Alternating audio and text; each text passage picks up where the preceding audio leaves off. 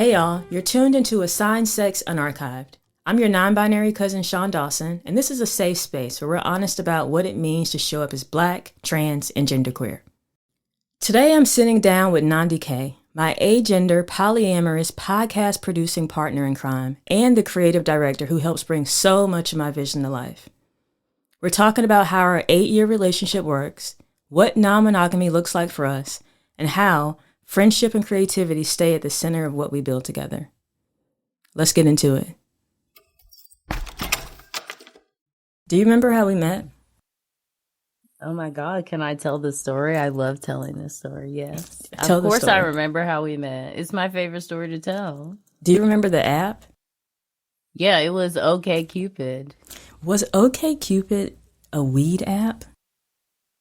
No, that was some other app you were on. Yeah. That was like a weed and dating app. I was on this not weird OkCupid. app and I keep trying to figure out what app it was, but I remember that it was definitely like, I think it was supposed to be a dating app and it was like 420 friendly, but I don't think anyone ever used it for dating. And I just remember always meeting the wee man. And then one day the wee man started acting weird and he was like, "What's up?" And I was like, "What's up?" And he was like, Ew. he was like, "You want to go out?" I was like, "No." And then I was telling somebody, it was like, that's a weed app. It's like a dating, like a 420. I was like, oh. You said, I just came to dance. That's it. We both obviously swiped right on each other because everybody had the swipe mechanism because this is post-Tinder.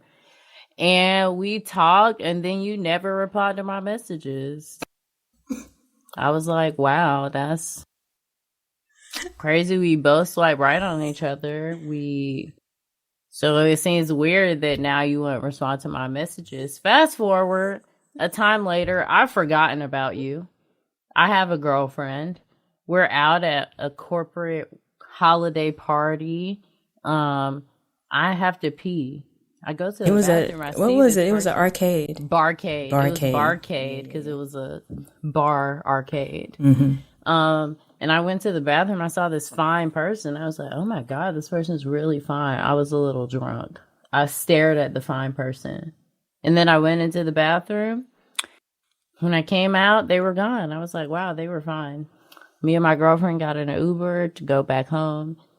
I opened my phone. Lo and behold, who is it? Who is it? Shaun on the app. Was that you at the bar? Well. Yeah, that's what happened. And then we started like hanging out and then we never stopped hanging out. That's true. Yeah. That's how it happened. Yeah, that is true. When I had read, like I swiped on you, but then I looked at your profile and I was like, oh, this is crazy. They're like a lot. This might be too much. Mind you, my profile said like no white people. It said more than that. I'm sure it did, but it also, that was the main thing.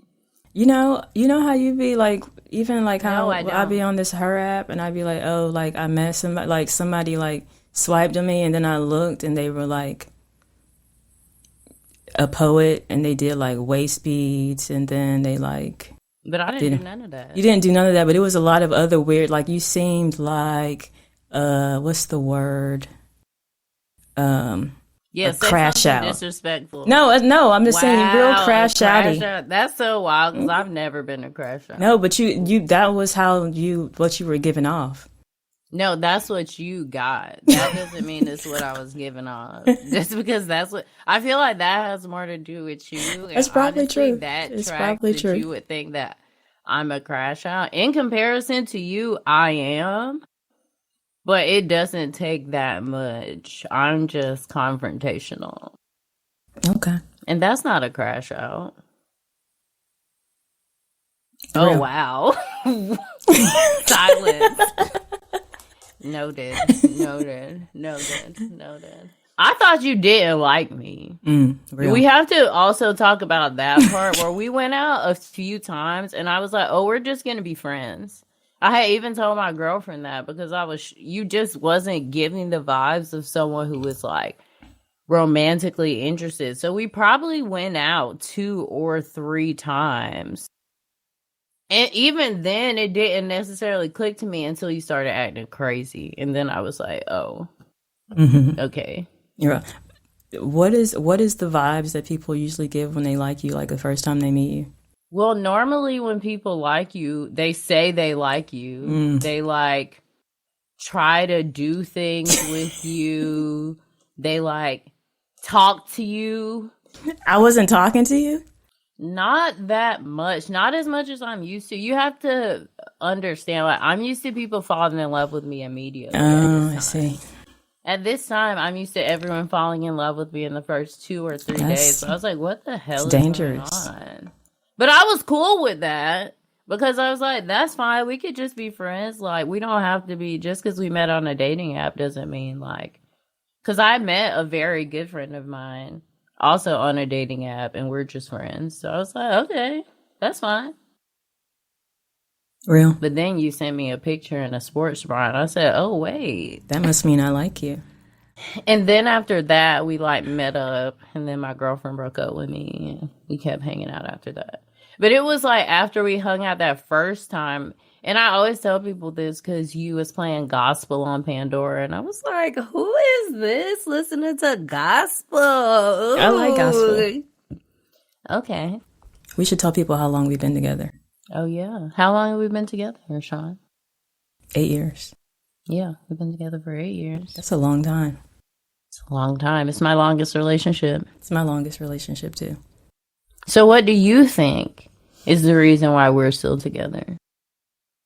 Because you didn't even like me at first. So but I don't... you went from not even liking me, being like, this person is a crash out, and now we've been together for 8 years. So why do you think that is? I think it's because I can be my 100% true self. Like, I don't have to hide anything. You can see all of the terrible parts of me, the good parts of me, my family, it's a lot. But I don't have to hide anything. I can just be my 100% true self.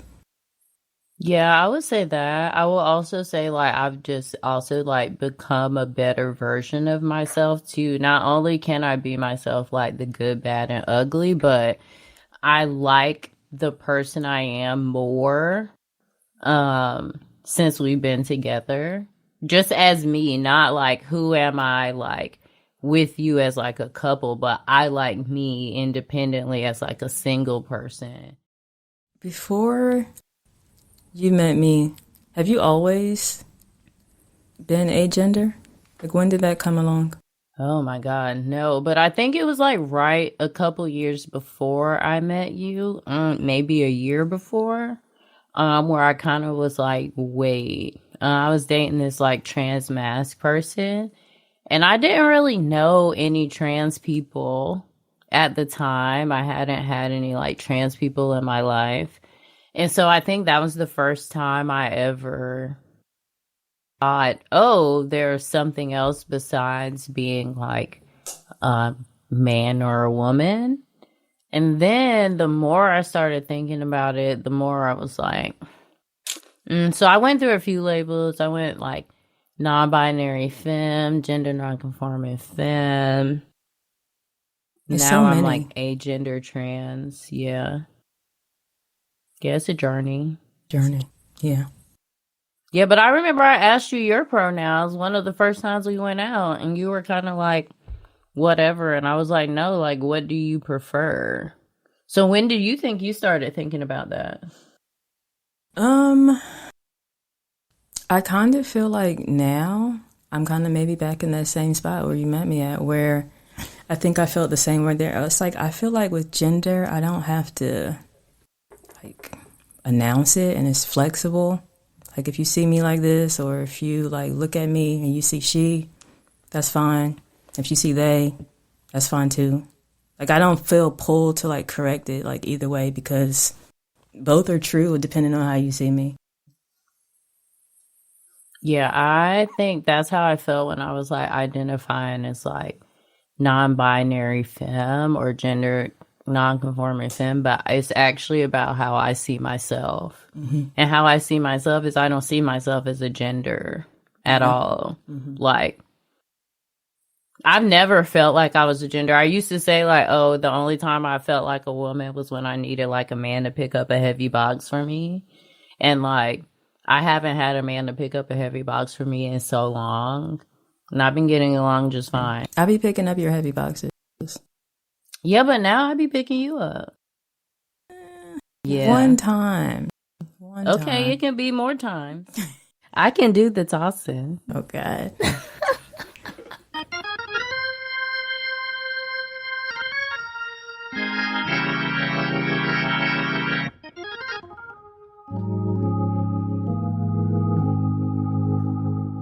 Okay, so it's time for a little Black trans and genderqueer history. Today we're centering the story of Miss Major Griffin Gracie. Miss Major was born on the south side of Chicago sometime in the 1940s to a Black family that was church-going, working class, and not at all prepared for a child who knew from early on that she was a girl. She grew up sneaking into her mother's and grandmother's clothes, getting in trouble for it, and still doing it anyway. As a teenager and young adult, she started finding her way into queer and trans worlds in Chicago and then in New York, doing sex work and hustling. Basically, surviving in a country that treated Black trans women as disposable. The cops were on her, the streets were dangerous, and housing, work, and healthcare were non-existent. Survival came with a cost. She did what a lot of girls like her had to do. She found hormones however she could. She built community with other street queens, and she learned to read the world like it was out to get her. Then we get to the part people love to flatten into a single sentence. Stonewall. Miss Major was in New York in 1969, part of that ecosystem of trans women, drag queens, sex workers, and street kids who were already fighting the police long before anybody started calling it history. When the uprising jumped off at the Stonewall Inn, she was there because that's where her people were, not because she was trying to get her name into a textbook. Later, she says she wasn't thinking about making a movement. She was just trying to stay alive in a world that kept telling her she wasn't supposed to exist. The state did what the state always does to Black trans women living at the edge. It locked her up. After Stonewall, she was arrested on a robbery charge and sent into men's prisons and psychiatric hospitals, including Attica and Danny Moore in New York, where guards tried to break her down with humiliation and violence. They shaved her hair and eyebrows, stripped her naked, and used the prison system the way it's always been used against Black people, as a weapon. Inside, she met Frank Big Black Smith, one of the leaders connected to the Attica Rebellion, who pushed her to study Black history, politics, and the prison industrial complex. And that's where something shifted for her. When she came out of prison in the mid-1970s, the world definitely hadn't gotten kinder, but it had gotten sicker. The HIV/AIDS epidemic was starting to rip through queer communities, especially Black and brown trans women and sex workers. Miss Major moved through New York, San Diego, and eventually San Francisco, doing what she always did, looking after her girls. She worked with HIV/AIDS organizations, from community churches like City of Refuge to the Tenderloin AIDS Resource Center. And when people couldn't or wouldn't come inside for services, she took the services to them. She helped run one of the first needle exchanges out of a van, passing out clean syringes and information in the streets because theory doesn't mean anything if your people are dying. By the 2000s, Ms. Major had basically become everybody's mama. She took that on formally when she joined the Transgender, Gender Variant, Intersex Justice Project, eventually becoming its executive director. The work there was specific, supporting trans, gender variant, and intersex people in prison and jails, especially Black trans women warehoused in men's facilities and brutalized by guards and other incarcerated people. She visited folks inside, coordinated legal and social services, and carried testimony about prison abuses all the way to the California legislature and even to the United Nations. What made her dangerous in the best way is that she wasn't here for respectability politics. Ms. Major always told the truth about being a sex worker, about being locked up, about doing what she had to do to live, and she refused to let the movement throw people like her under the bus to look presentable. When anti-trans legislation started escalating in the South, Miss Major did what Black women have been doing forever. She built a house. Literally. She founded the House of Gigi, the Griffin Gracie Educational and Historical Center, a retreat for Black trans women and trans folks of color to rest, heal, and get politically grounded. The mission wasn't just safety, it was transformation. It became a space for people to recover from generations of transphobia, racism, poverty, and violence, created with their experiences and needs at the heart of it. So when we talk about Miss Major Griffin Gracie, we're talking about a Black trans woman who turned survival into strategy and strategy into the blueprint. She was a street queen, a prison survivor, an AIDS-era caregiver, an organizer, a founder, and a movement mother who helped reshape what justice could look like for incarcerated and formerly incarcerated trans people.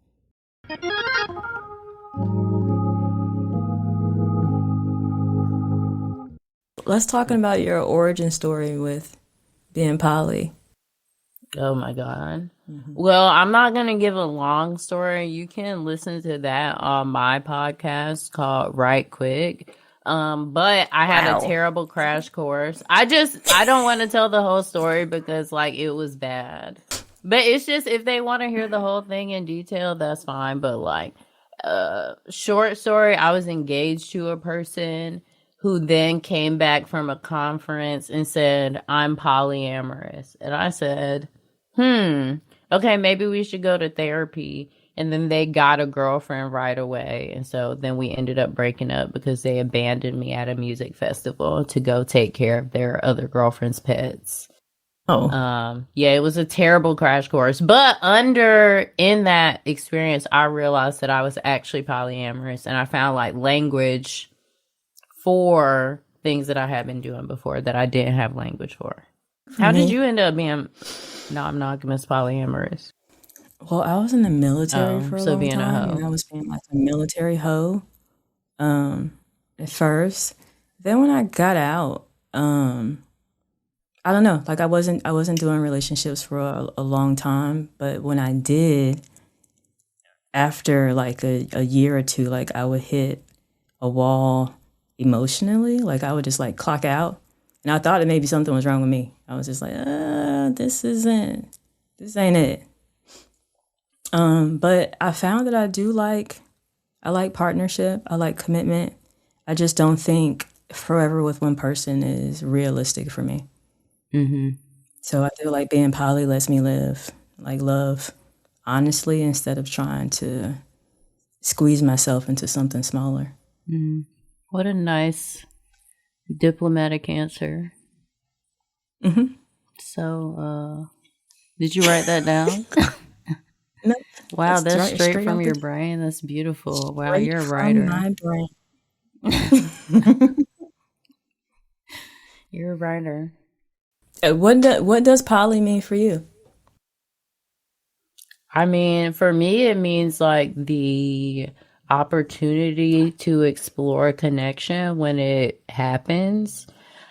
I don't date no more though. I kind of have given up on dating because I just feel like for me and being like non-monogamous, and I'm more of a relationship anarchist where like I just want to have like relationships, and all my relationships are different, which they are, but also more space for my platonic relationships and partnerships. Because really for me, like what made non-monogamy click is like, oh, I don't get jealous when my friends get new friends.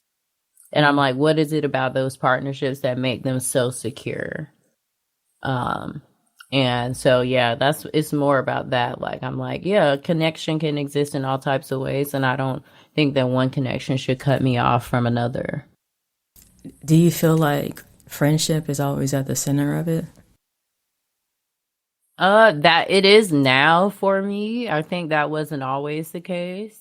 I would even say when we first met, I wasn't necessarily fully like doing that in practice, even though it was in my head. But that's what's really important to me now. Like it takes 2 years to be my friend. So I think I should have the same kind of carefulness when it comes to like romantic relationships. What's the name of that? What's the name of that series that we're reading by C.M. Barnes? Oh, the Winston Hills series. Is that what it is? Yeah, that's what it's called, but it has all the books have a different name, but it's called, the series is Winston Hills, a Winston Hills novel. Yeah, the smuttiest smut. Yes, oh my God. I've been loving reading the smuts. I've been loving us sharing the smut reading. I've been loving us reading in bed together like a seasoned older couple. It's very cute. How do you feel like that book made Polly look? Man, it made it look amazing. It made it look so much better than it is in real life. Like, finding the main unbelievable part is that it was a couple who met another couple and they all liked each other. And they were all rich. That other part, the rich part, I actually abstract that out because we know that's not the case. Like, we know that the rich part is not the case. But or maybe all the rich people are hanging out. We just don't know about it. That could be it. Because we're Black. And like, I feel like rich is different for Blacks. Like, but they're like wealthy. They're not just rich. Like, they're like multi-millionaires. Right. They're gifting each other millions of dollars. Yeah, I would say that was the only thing that I found just wildly unrealistic. The rich part? The rich part for me. No, it's the couples finding another couple they like. A couple finding one person they like is hard enough. That's real. Right. I'm like, think about all the times we tried to search. I think we have different types. Because you don't care about people as human beings. What does that mean? Gonna cut this out. I'm definitely gonna cut this out. I know you're gonna cut this out, but I'm gonna say it anyway. I don't just base it on if I want to sleep with people. So, like, yes, you have to be fine, and also you need to seem like you're about something. And I think you just think about if people are fine. That is absolutely not true. And I can't believe you out here lying on me like that on my own podcast. I bet it's very easy for you to say that with your camera off. Let's talk about what like polyamory and non-monogamy has looked like in practice for us. Because I think people have like an idea, and speaking of these books, people have an idea of what polyamory is like, which they think you just like go on dates all the time, fuck people all the time. They mostly think you fuck people all the time. They think you fuck book. Yeah. And it's not like that. How does it look for you, boo? For me, I feel like I'm free to explore anything. Like, if I was interested in someone, I could be like, oh, okay, like, let's see, like, what's up? But I don't know if it's because I'm, like, older or if it, like, it's the pandemic fucked everything up. But usually when I'm, like, interested in someone and I have an interest, like, it's gone within, like, 2 or 3 weeks. Like, it doesn't, like, it doesn't go anywhere else after. I'm like, oh, no, because that's too complicated. Like, you got too much going on. I'm not willing to take on all that you got going on. Damn. Do you think, I was going to say I'm kind of similar, but it's more like I don't want to just get into a romantic relationship. Yeah, it's that. For me, it's the same. Like, first of all, we got to be friends. That's the foundation of any relationship with me anyway. It's just like, are we friends? Like, can we be friends? Are you somebody that I can hang out with and feel like I ain't got to do a lot of shit? Like, we can just sit down and do nothing and we cool. Yeah, a lot of people are like in a rush to be in. And that's been my experience. I got off the apps because I told you about that girl who was like, I'm not looking for more friends. And I was like, okay, I hope you find what you're looking for. It's like, we don't know each other. But I think one thing I really like is like how we're not the only people that like lean on each other. I do want to talk about you being my creative director Yeah, Okay. I'm And a everything. producer on this podcast. We work together, I think, really well, even though you don't like listening the first time. I But you do don't. I don't listen the like second listening to time. nobody the first time. It's like you don't know what Yeah. you're talking about, Nikki. Yeah. I know Because you have everything. all your goddamn degrees. I You have got so so many many degrees. degrees, so nobody can tell you nothing. But I be right. You do. And what matters is, and I've always said this, I may not be right today. I may not be right tomorrow. But I will be right.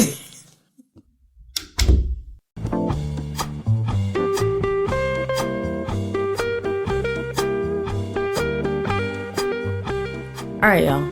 That's all I got for today. If you want to connect with Nandi, you can find them on Instagram, Facebook, and Blue Sky at Nandi K. If this episode dragged you a little bit, or if it hugged you a little bit, please share it with someone you love. You can find me, your non-binary cousin Shaun Dawson, on all platforms at IMS Dawson. Y'all be safe out there.